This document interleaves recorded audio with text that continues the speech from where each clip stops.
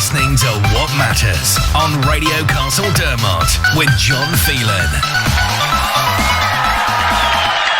Okay, you're very welcome back, folks, and I'm delighted here to be joined with Michael Dempsey and Lily Whelan. You're very welcome, Michael. I'm going to go to you first. So, Michael, I have yourself and Lily back by popular demand. I've had a lot of requests from listeners to see when you were coming back on. So I thought this was the ample opportunity to get you to come back in. And Michael, you're going to have a chat with me tonight about handball in Castledermot. Yeah, I was involved in the GAA back in the middle 80s when the present complex was built. And we decided at the time that we needed some form of indoor game.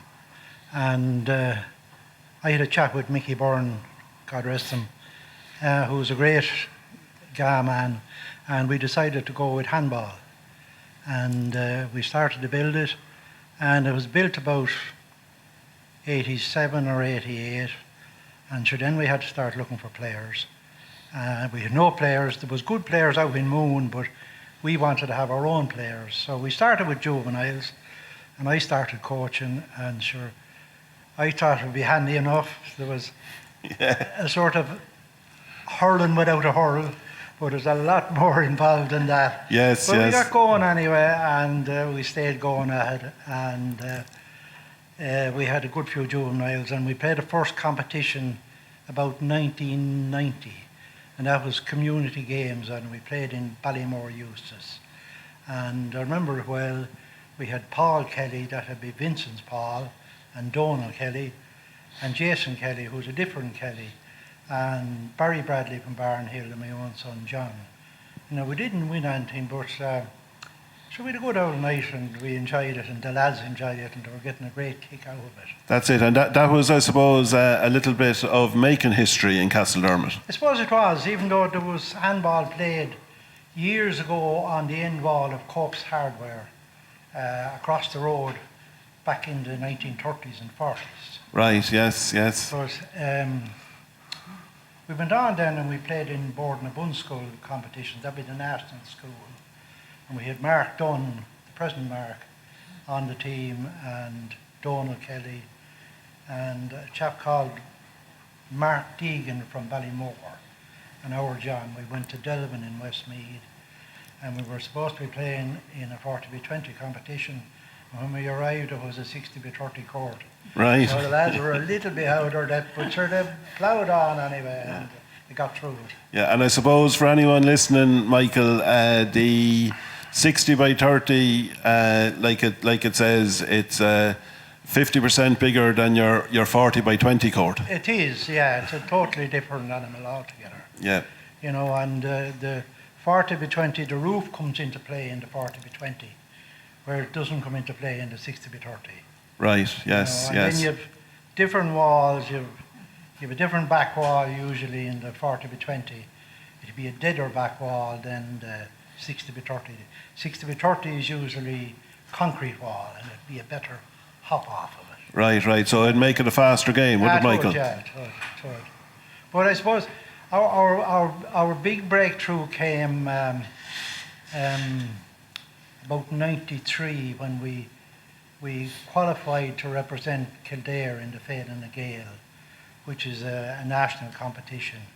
And sure, there was great excitement around the town that time.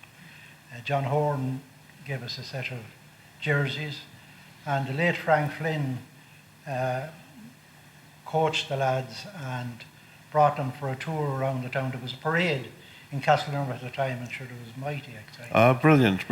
And the competition was held down in Ballahadreen in Roscommon. And we went down, it was an overnight competition, and we went down, I think it was Saturday morning. There was Jason Kelly, Barry Bradley, our John, Jerry Farrell, and James Lawler. And sure, we had a great time. We stayed in houses, and we stayed in St. Nathan's College in Ballahadreen, and We didn't win, but sure, we had a good old time. That's it, and competed. And competed. That's it. And I suppose it was great for the lads, to get the experience of that as well. It was. But then, from then on, the girls got involved.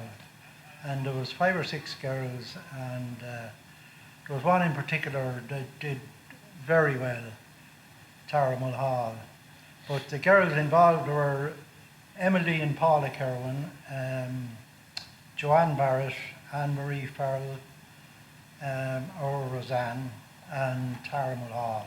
And they all would have played the community games, and I think 4 of them would have represented Kildare in the Fade and the Gale as well. But I suppose Tara was the star of the show. She won an All-Ireland title. I think it was the first and only one in handball for Castledermot. That was about, I'm not sure when it was, maybe about 97. Brilliant. That's brilliant. So she brought an All-Ireland handball title, the one and only, to Castledermot. As far as I know. Yeah, I think I remember, Michael, that when the GAA was celebrating its 125th anniversary, from memory, I think Tara actually brought that medal down for display on the night as well. I think she did, yeah. I'll tell you who was a great help to us at the time. Pádraig Cawley, he was a teacher below in Colostal or Con, and Pádraig would have played handball himself in Sligo, and he knew a good bit more about handball now than I did. Yes. And he was able to, I remember the final quite well. She was playing a girl from Kerry, and she was very good, and she was sending a shot that was breaking off the side wall and coming across the back wall, and it was very hard to get to it. And Cawley called a timeout and brought her out. And the great thing about Tara, she'd always listen. And if you told her to do something, she'd always try and do it, which a lot of them wouldn't do. Yes. She got back in, and she broke service, and she got a couple of pints, and the one broke her service again. And as soon as she did, Cawley called another timeout and broke the run and got her back in. We had lost the first game, but she won the second game, and it went to a tiebreaker, and she won the tiebreaker. Brilliant. Great. I suppose it's a sign of a great sports person who listens to their coach as well, Michael. It is, yeah. It is. Yeah. And you talked there about Frank Flynn. Frank Flynn loved handball as well, didn't he? Yeah, Frank was a great character and played a lot of handball. Frank would have had a couple of All-Ireland medals, I'd say, with Moon. Yes. Yeah. And I'll tell you a man who was a great help to us that time as well was Dinny Carton. Oh, yes, I know Dinny Dinny would well. have came in and would have coached the lads, because the lads qualified for the Fade and the Gale the next year in '95. They qualified, and that was down in County Clare, and they were based in Broadford, and the games were out in a place called Tournafull up in the hills, and actually they played well and they enjoyed it. They didn't win anything. Yes, But yeah. tell you who was playing for a different team the same day, Ivan Neal, who was out in the Old Yard. Out in the Old Yard, yes. Ivan played on a team from Monavea in Laois, and Ivan was a good handball. Right. And I believe our own Tomás O'Connell here started playing in Castledermot, but then went up the road to the other side, up to Moon. Yes, Thomas. I think Thomas has a county medal. Have you, Thomas? I do, except in David Ryan, yeah, Patsy's son, yeah. We won the doubles. That's right, up in Ballymore. Ballymore youth. And then we went off. I was no handball in Castledermot, and then I was living in Galway, so I came back. Right. Pat Hipple, No. yeah. Dragged me out to Galway. Or dragged me out to Moon, and I won North Leinster. Did you? Yeah. I was 17. Now, Yeah. now, folks, Thomas is after giving us all the history of what happened and the medals that he won. So a huge well done to the man in the background there, Exactly, to Thomas as well. And when we're talking about handball, and Michael, not many people would know this, but when we were having a chat, there was an All-Ireland final held in Castledermot. Will you tell us a bit about that? There was, but before I tell you about that, I want to tell you something else. Oh, do. Mickey Byrne, God rest him, would have done tremendous work. He would have organised racket competitions and handball competitions, and he had it graded. There was senior, junior and novice, so nobody was out of their depth. And this went on for years, and there'd be a presentation at the end of the year, and there'd be photos in the Nastons, and it was great. He was a great man, and I remember as well about him. For many a year, he used to run the Flag Day here in Castledermot for the handball. That's right. But getting back to the All Ireland. Yeah. The All Ireland was it was played. It was between Duxie Walsh and DJ Carey, and they played a pair from Meath, and it was started up in Ballymore Eustace, and about 8 o'clock one night, and the court in Ballymore became unplayable with condensation, and there was panic, and there was heavy shots fired from all sides, but the lads from Meath anyway didn't want to go home. So Castledermot was rang. I think Frank Flynn, God rest him, would have rang someone. Right, yeah. And organised for the place to be opened.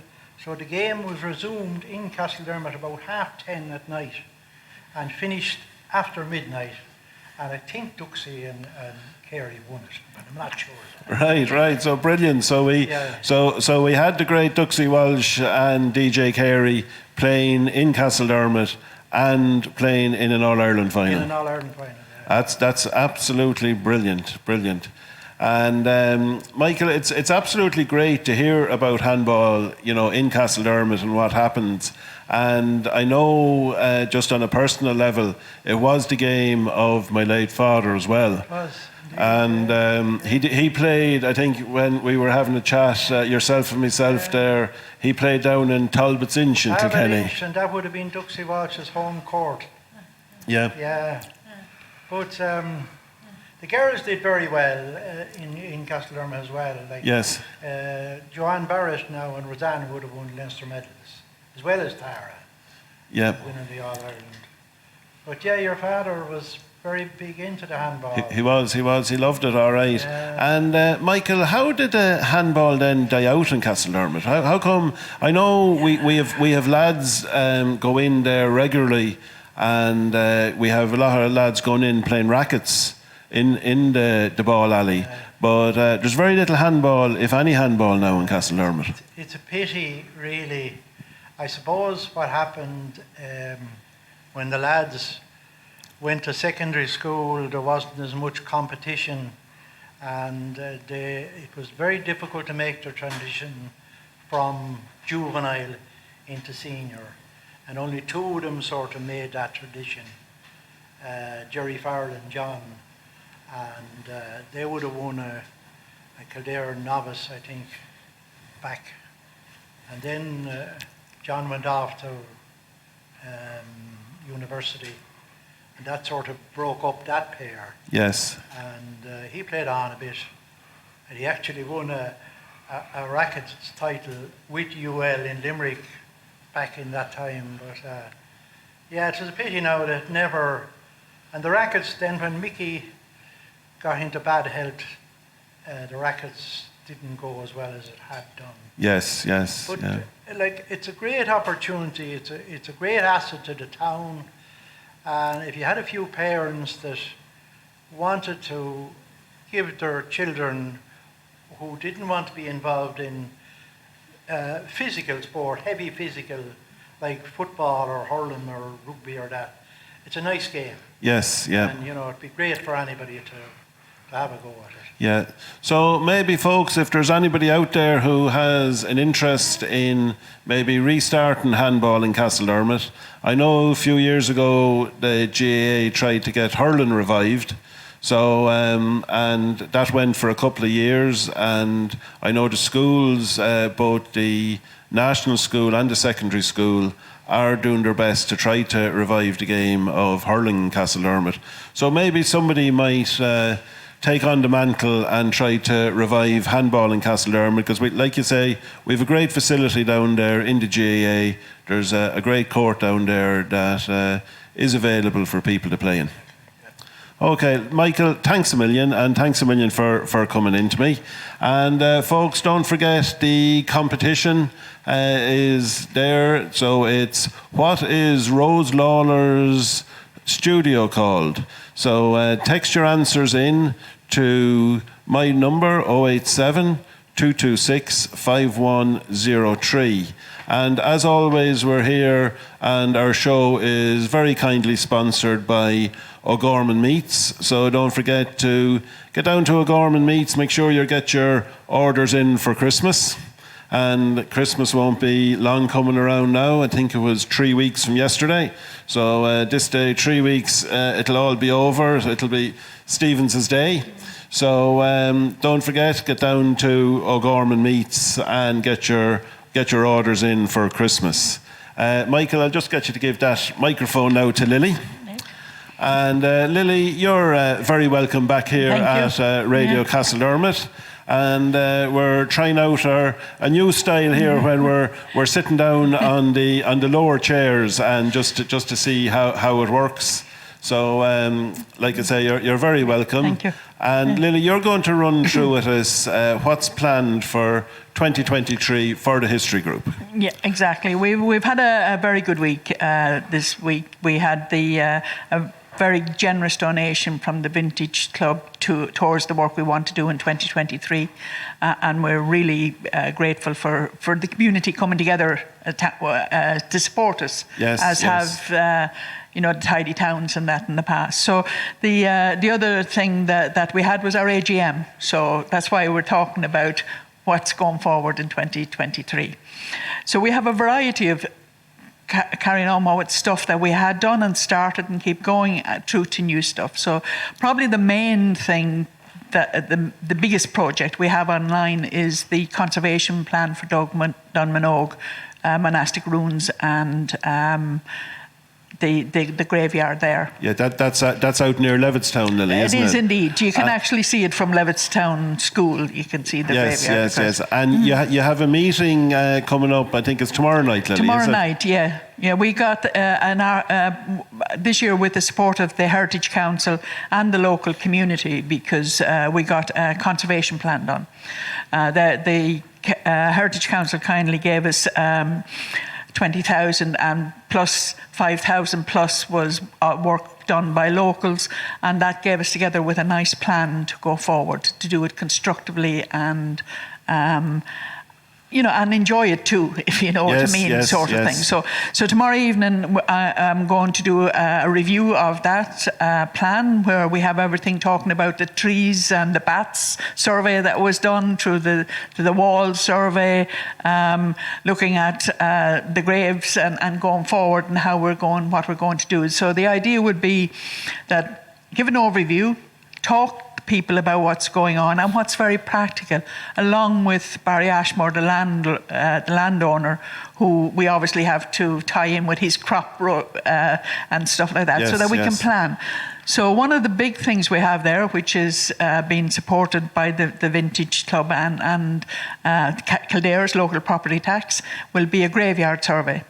So we're going to do a survey both there and in St. James's, looking at the headstones and things like that, and putting them up online, so people anywhere in the world, hopefully in the next couple of years, will be able to go in and see the headstones and the listing and whatever's there. So, so that's the big project for next year, in a sense, and deciding what we can do and where we need, what money we need, and where we potentially can find that money. That's which it. Very that's important. it. Yes. Yeah. But the other thing would be that part of this, we want people to engage with us. We're not bringing in someone to do the graveyard survey. We're bringing somebody in to teach us how to do it and help us and hold our hands while we do it. That's it. Bring in the experts. Yeah, exactly. Yeah. But we'd love for people, in the communities, are all of the parish, not just because there's a lot more. There's something like 9 graveyards in the parish, most of them closed, obviously.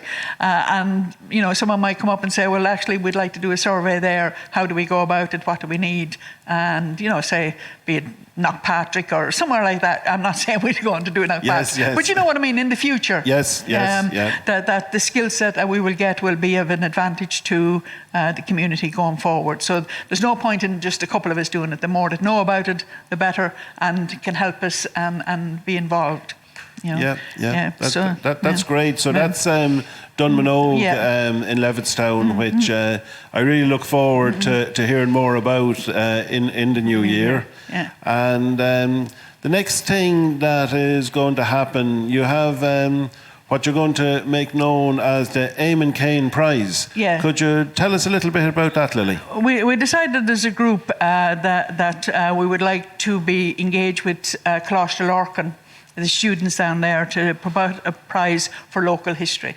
And the discussion was that through the years, the one person one of the people that have consistently talked about history, both locally, nationally, regionally, has been Eamon Kane. So it was decided that it would be a nice tribute to remind people of the people that have gone before us and are going forward, because he's very supportive and still lets us know what's going on. So we're going to call it the Eamon Kane Local History Prize. Great, yeah. Eamon, I suppose, is a great man for the history and a very, very, very knowledgeable man as well. Yes, absolutely. It's great that you're going to honour him with calling this prize after him. Yeah, I think so. And the idea is to engage students to get to say local history is interesting. Be pride in your local place.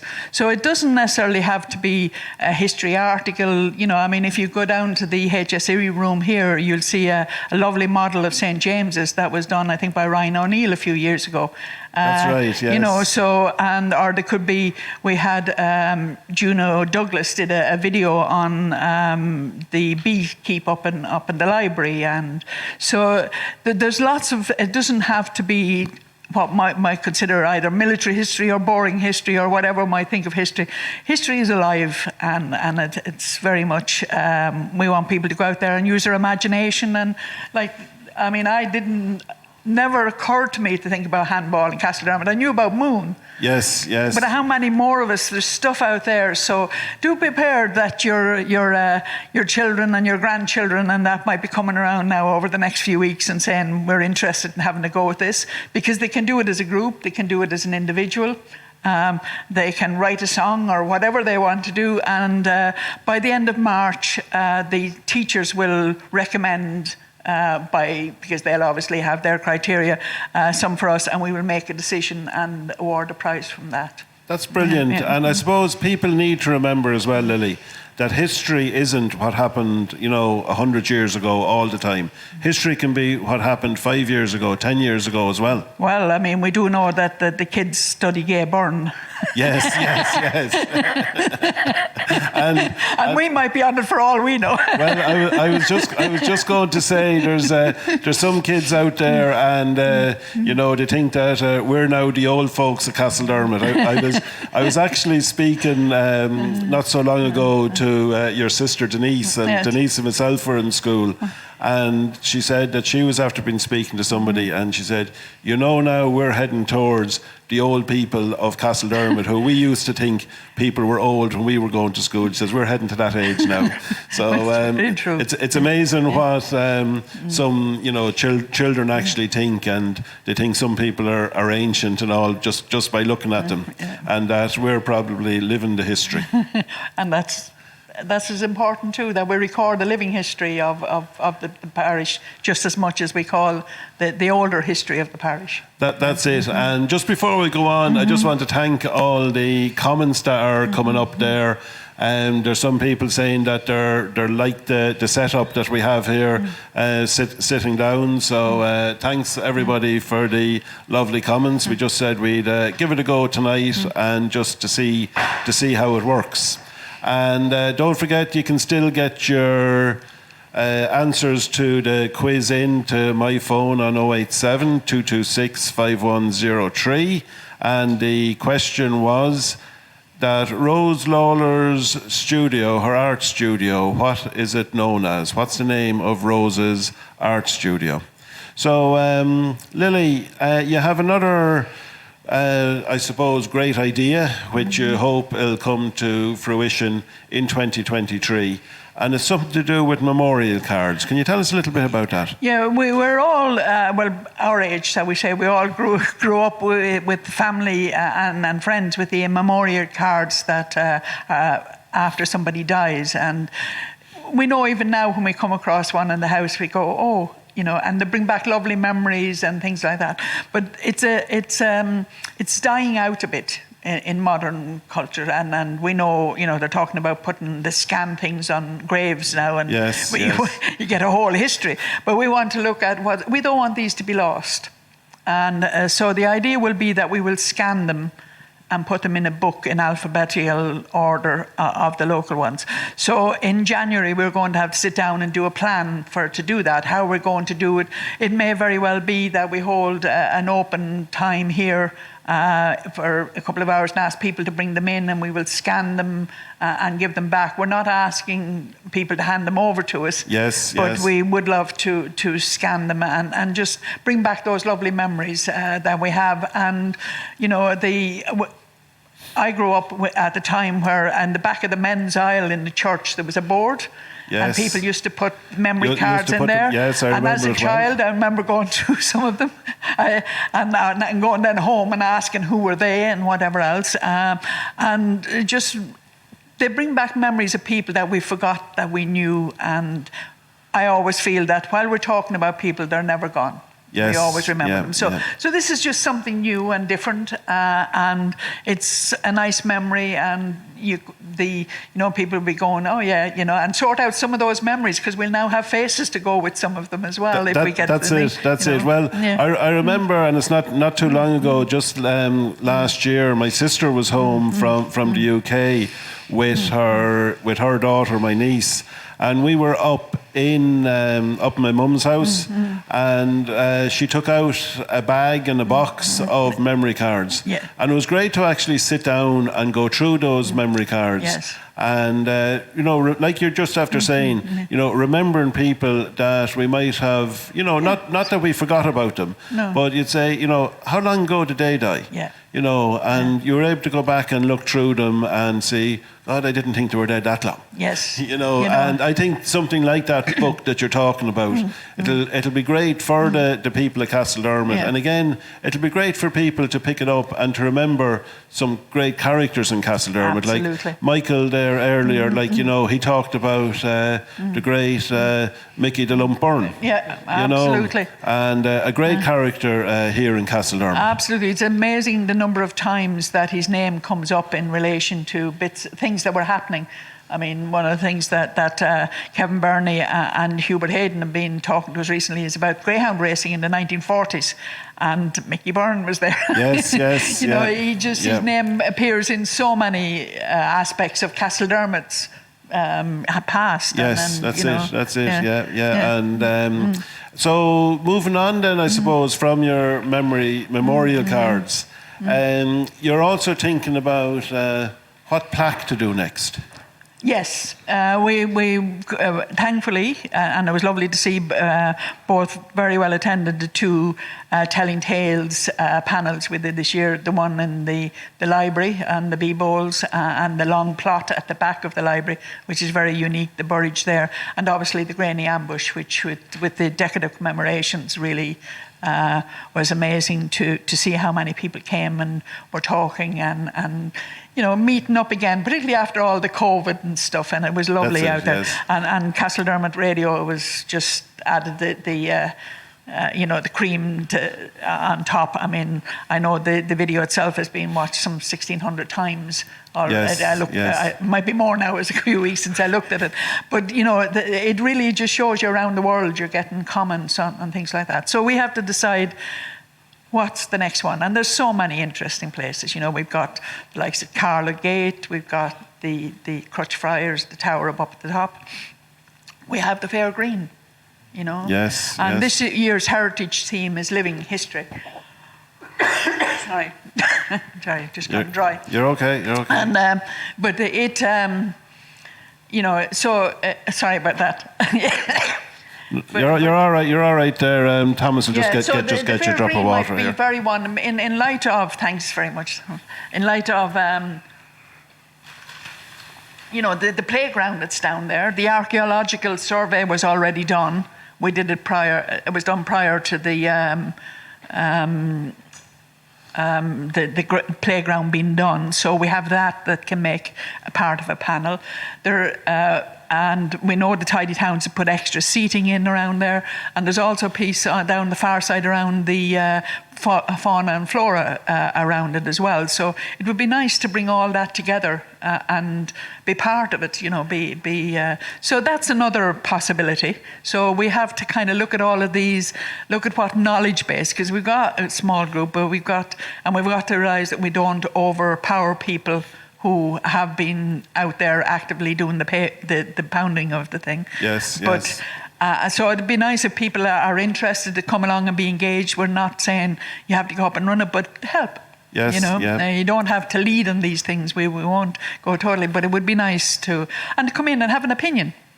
Yes, have a say, So that will be another interesting one, and then obviously we'll have to start again the finances of all of these things. So one of the next things we talked about was about finances, and then we talked about the pamphlets. Yes. And the pamphlet that you're thinking of doing, folks, and I know a lot of you are on Facebook, but if you go to Castledermot History page, there's some absolute brilliant articles in there.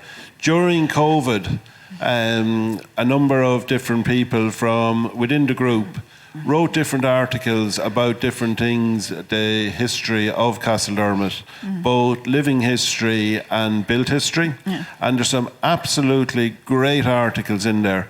So your plan is to, I suppose, extract some of those articles and put them back onto paper format. Absolutely, in a pamphlet, and we'll end up then, because the articles belong to the people who wrote them, so we'll have a whole series of authors from the town that would be published as part of that. And obviously we will sell it for a nominal amount to try and make the funding for, be it, towards what the events that we're trying to organise, like the panels and things like that. So, so that should be quite interesting to actually edit, and it's a great variety of subjects. So there's still a couple more I have sitting on my computer, so there'll be a couple more coming in over the next couple of months of people that have kind of put ideas or given me the information saying, it'll be their work because they've done the research and whatever. I'll just say, here, have a go at this. What do you think of this? Because they're not used to actually writing articles and things. Yes. So more than happy to help them put something together, but to realise that it is their work. Yes. And so we have Trish Proctor, who did some stuff for you, Michael and Kevin Burney and Sharon Green and all sorts of people that have put in articles to us that will suddenly be published. So an absolute brilliant idea, and great that we'll be able to see, like you said, local people getting their work published. Yeah. And I know I was in the centre here this morning, and I was talking to Paul McGlade, who's at reception, and Paul was telling me that from time to time, and it's actually happens quite frequently, that they have people coming in and asking, is there any books or pamphlets about the history of Castledermot? And it'd be great to have something, when somebody does come in and they ask that question, and Paul can say, or whoever is here can say, yes, there is, and here it is. Yeah, no, actually, in fact, it came up the other night at our AGM because somebody had put in a query. And we know John McKenna did some books back in the 70s, 80s. Eamon Kane wrote a book on Castledermot. A lot of these are kind of gone out of publication. They were done privately, so it'd be a matter of another run. But I think maybe what the thought, and I've been thinking about it, that what we actually need to do is a list, because every time, at least if they come in and they say, there's one there. It's no longer in publication, but maybe you might find it on Done Deal or somewhere like that. Yes, you know, that's if you it, put out that's to it, people yes. or Amazon or some of these, not I'm advertising either of them, but you know what I mean. It's that there may be ways of getting somebody, of getting these books and keeping an eye out for them locally. And most of them hopefully I will have had, but there'll be some that I haven't seen either, and some before that time. So there isn't as such, I'm aware of one for sale at the moment. So the pamphlets in its own way will help bridge some of the gap. There's a lot of work involved in writing a book. Much and all as the number of people that tell us we should do one, and they would. But it is, and you have to be, you have to be accurate, and you have to acknowledge that it's either a good oral history or there's actually facts there behind it. But we want to be careful that we're not, that there's some semblance, be it in newspapers or whatever, to back up what we're saying. Yes, yeah, exactly. And I suppose talking about books and. On my last show, I had your brother Jaron with me, who wrote a fantastic book called Forgotten. And the proceeds of Jer's book, he wants to put up 2 plaques somewhere in the town to commemorate all those people who died in World War I. And I think that's something that you're hoping that you can assist him with, and once he has all the funds ready and available. The biggest thing we're still would be where it would be put. It's not going to be, and a lot of, if you go into Athy or down to Kilkenny, there's been big monuments put up to remember Sligo, all sorts of places. And there's nothing wrong, I'm not decrying that, we just don't have the money to do something like that. Yes. So it's not more than anything else. So it would be, so therefore an outdoor monument is probably not a very practical solution, because he's talking about panels, bronze type, copper panels with people's names on. So the thought is, where does it actually go, and where will it be accessible? And where will it be, and it's not that it's only open at certain hours, so that hopefully you'll be able to say, well, if you come during the week and say, for example, I'm not saying it was here, but if it was here, you could say, Dermot's open if you want to go in and see it. Yes. Or there's a few others potential. So it's about exploring what would be the good places to be able to do it and to maintain it safely. Because as we all know, it doesn't have to be particularly a war monument or anything like that, but there is unfortunately a lot of social, antisocial behaviour around a lot of memorials, both headstones in churchyards and whatever else that's happening. So it's about putting a bit of a safety net in to hopefully that people will be able to appreciate this, but at the same time not putting temptation in somebody's way to do some damage to it either. Because it can be misinterpreted. Simple vandalism can be misinterpreted as somebody's giving a message. That's true. That's and we don't want that to happen either. Yeah, very true. Yeah. And so before I finish up with you, Lily, I know we had a chat there during the week as well, and our plan would be to get yourself and Michael and some others in, on a regular basis, because there's so much history in Castledermot, and so hopefully in the new year that we'll get you back, and I think we're hoping that you might convince Sharon Green to come on in, and because Sharon has wrote some fantastic pieces on the Abbey and on the High Crosses. Yeah. And so maybe sometime she has in the agreed new to year. do that, so it will just a matter of sorting out when suits everyone. That's it. So and we spoke to Kevin the other night, Kevin Burney, and he'd be willing to look at something as well, to come in and talk about that, another aspect of, be that the go-kart racing or whatever it might be, that he'll pick something interesting to find and to talk about. Yeah, that's absolutely brilliant, and we will really look forward to that. And again, thanks a million for coming in and joining us here, and in our new style here, which has actually worked. And so if you just bear with